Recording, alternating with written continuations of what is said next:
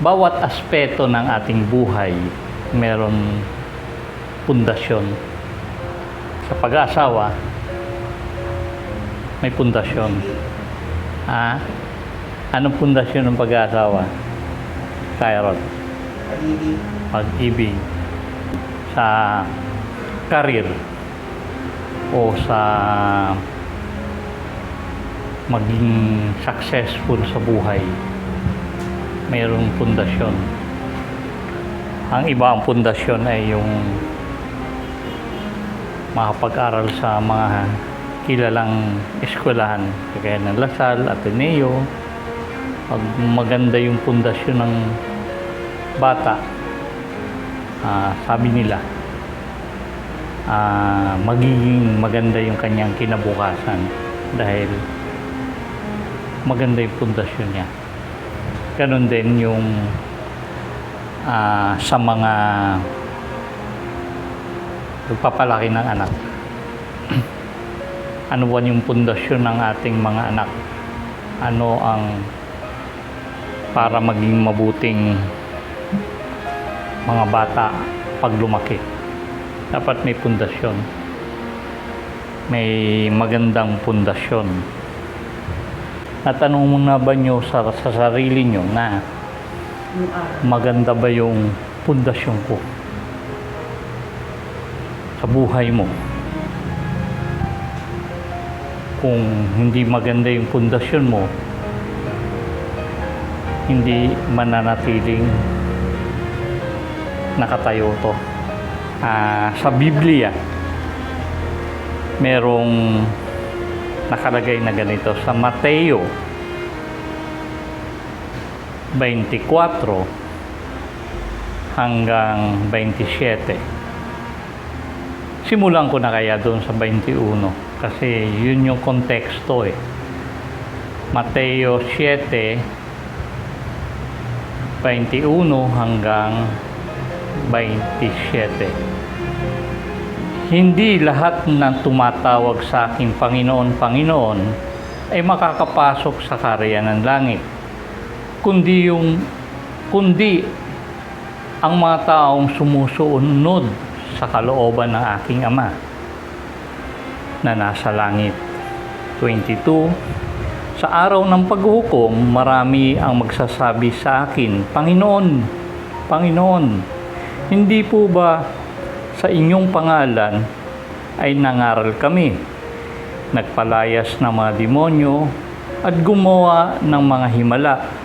23. Ngunit sasabihin ko sa kanila, hindi ko kayo kilala. Lumayo kayo sa akin, kayong gumagawa ng kasamaan. 24.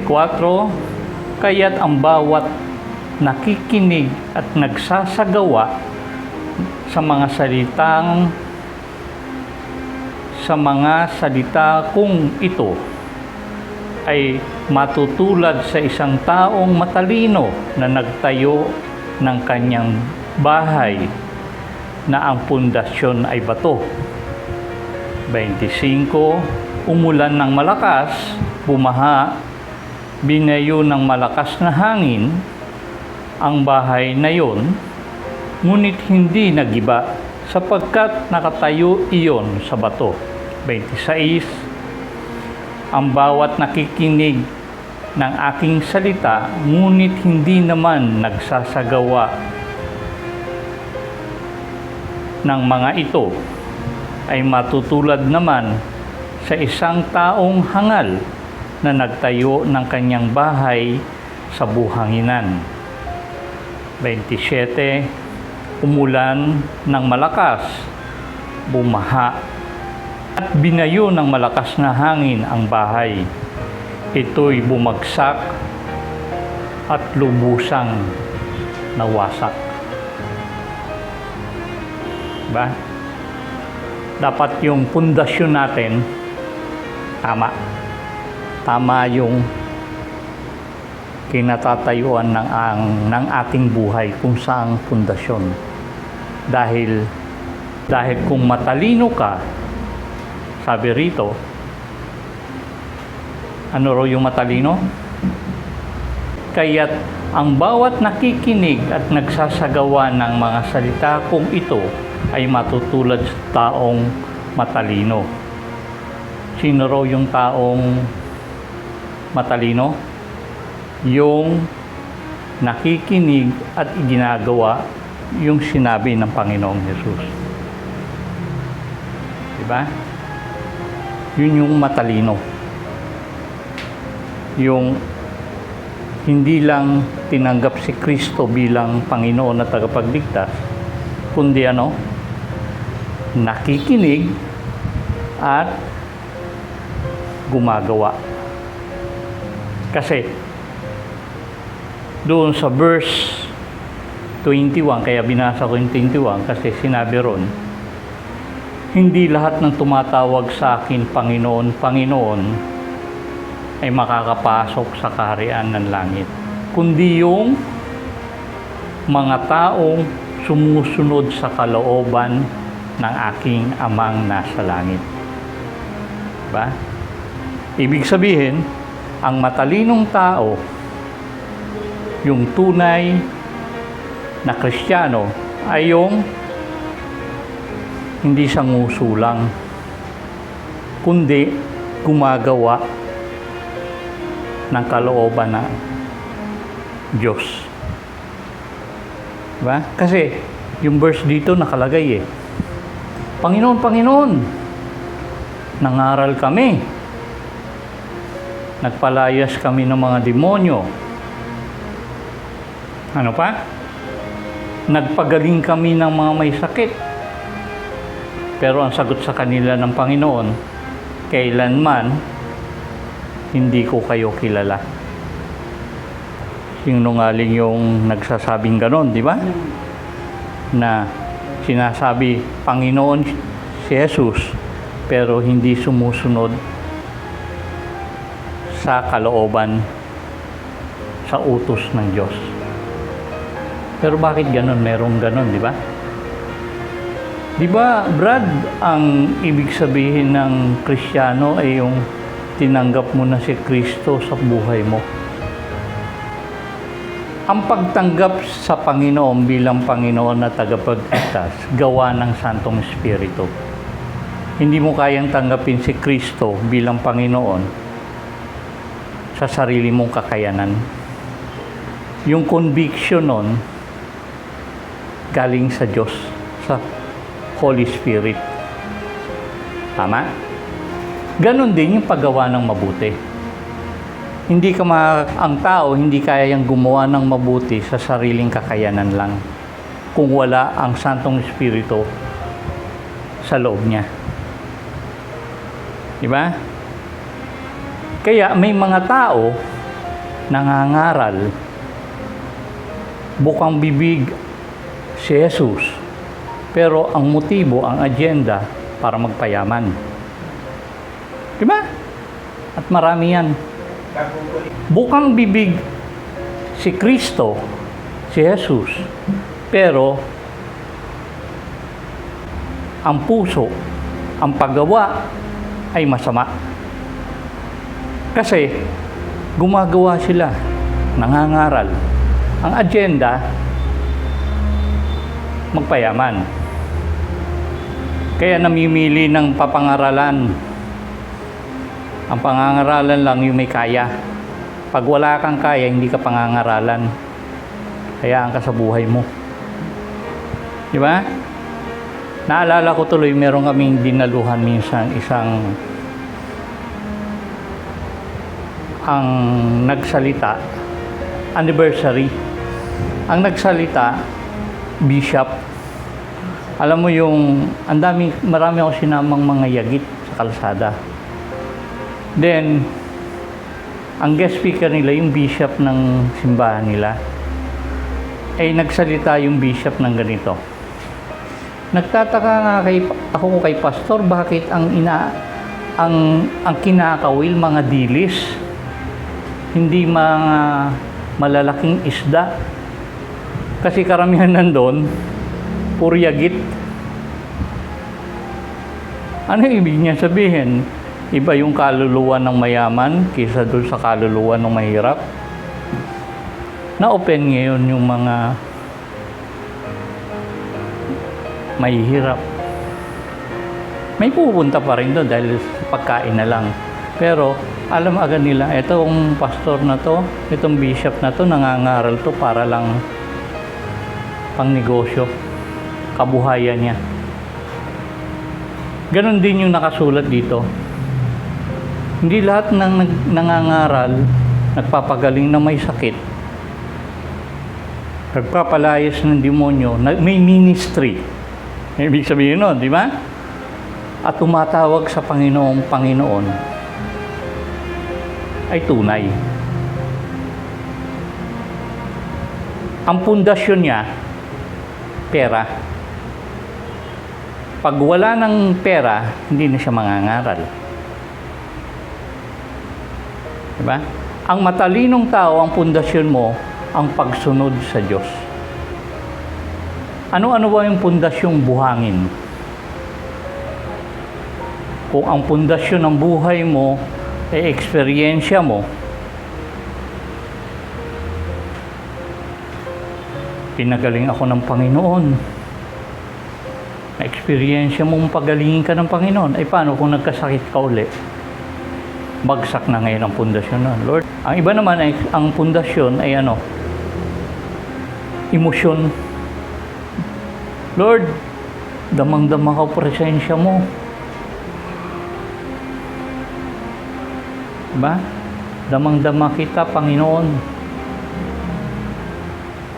Eh kung hindi mo na nararamdaman yung dumating na yung bagyo, mapapansin mo doon sa talinhaga na binasa natin, may bagyo. Kaya ang pundasyon mo ay bato, ang pundasyon mo ay buhangin, pareho kayong dadaan ng bato, ng bagyo. Pag ang pundasyon mo, buhangin, sigurado, pag naghirap ka, hindi na si Lord ang Diyos mo. Pero kung ang pundasyon mo, nakikinig ka at ginagawa mo ang inuutos ng Diyos, kaya anumang bagyo, baha, malakas na hangin ang dumating sa buhay mo, matatag ka pa rin. Bakit? Hindi buhangin yun eh. Pagsunod sa Diyos. Maghirap man ako, Panginoon, yumaman man ako, Panginoon, may sakit man ako, Panginoon, magaling man ako, Panginoon, matatag ka. Bakit? Nakasalalay ang pundasyon mo sa bato, sa pagsunod sa Diyos. Kasi nga, ang tunay na Kristiyano sumusunod sa Diyos. Pati yung pagsunod mo sa Diyos, Holy Spirit yun eh. Ang kumikilos doon sa loob mo. Lord, gusto ko tang sundin. Pero yung peke, bibig lang. Kaya kahit yung sa bibig, hindi tunay talaga galing sa Diyos yun. Hindi galing sa Holy Spirit yun. Kaya mapapansin mo yung verse dito, ginagawa nila, nangangaral sila, nagpapagaling sila, tapos ang sagot sa kanila ng Panginoon, kailanman hindi ko kayo kilala. Dahil unang-una pa lang, hindi sila kilala ng Diyos. Di ba tinawag kitang Lord? Di ba agenda mo eh? Di ba? Sa nguso lang, wala sa puso. Doon sa kwento na yun na binasa natin, pansinin nyo, may bahay pareho. May gumawa ng bahay. Yung isa, sa bato. Yung isa, sa buhangin. Pareho lang itsura ng bahay nila. Sa panlabas, pareho lang yan. Hindi mo halata yan. Ba? Bakit kailangan ng bahay? Di ba kaya kailangan natin ng bahay? Dahil yun yung a place na doon ka bilong. Di ba? Sa pamilya mo, bulong ka rin. Kaya itahanan eh. Yun din yung place na may protection ka. Di ba? Ibig sabihin, makakatulog ka na mahimbing dahil bakit? Protektado ka sa bahay mo eh. Di ba? Nakalock yung pinto nun eh. Walang makakapasok na magnanakaw eh. Hindi lang protection, komportable ka. Di ba? Sa bahay mo. Sarap ng upo mo sa sopa eh. Dahil bakit? Komportable ka eh. Magpapahinga ka eh. Kaya ang tao kailangan ng bahay. Di ba? Yung iba, magtatayo ng bahay sa buhangin dahil ang iniisip nila, dito ako magtatayo ng bahay dahil maganda view rito. Kahit ang pundasyon, buhangin. Diba? Marami akong alam. Ang pundasyon ko, pera. Diba? Kaya pag dumating ang bagyo, hangin na malakas, bagsak yung bahay. Bakit? Pag nawala yung pera mo, bagsak bahay mo. Pag nawala yung kalakasan mo, yun ang pundasyon mo, kalakasan mo, bagsak bahay mo. Pag nawala pamilya mo, dahil yun ang pundasyon mo, pamilya mo, bagsak ang bahay mo. Piling mo nawala eh. Hindi mo na maramdaman ang Panginoon, bagsak bahay mo. Bakit? Ang pundasyon ng buhay mo sa nararamdaman, hindi saan? Sa pagsunod. Diba? Ang nakikinig at nagsasagawa ng aking mga utos ay isang matalinong tao na nagtayo ng bahay saan? Sa bato. Diba? Pag tama yung pundasyon mo, kahit anong bagyo dumating sa buhay mo, masaya ka pa rin. Komportable ka pa rin. Bakit? Di magigiba bahay ko. Diba? Ang comfort ng Panginoon nandun. Ang protection ng Panginoon nandun. Ang kapahingahan nandun. Ang relasyon nyo ng Panginoon nandun sa bahay. Sense of belonging. Pumabagyo man sa labas. Dahil ang pundasyon mo sa pagsunod sa Diyos. Ba? Hindi lang ina-admire mo salita, maganda yung sinabi ng salita ng Diyos, pero ayaw mong sumunod. Hanggang nguso lang yun. Maraming namangha sa sinalita ni Jesus. Ang galing ni Jesus magturo. Manghang-mangha sila. Kakaiba to magturo, hindi kagaya ng mga Pariseo. Pero, ayaw nila sumunod sa Diyos. Diba? Kaya, binanggit niya yun eh.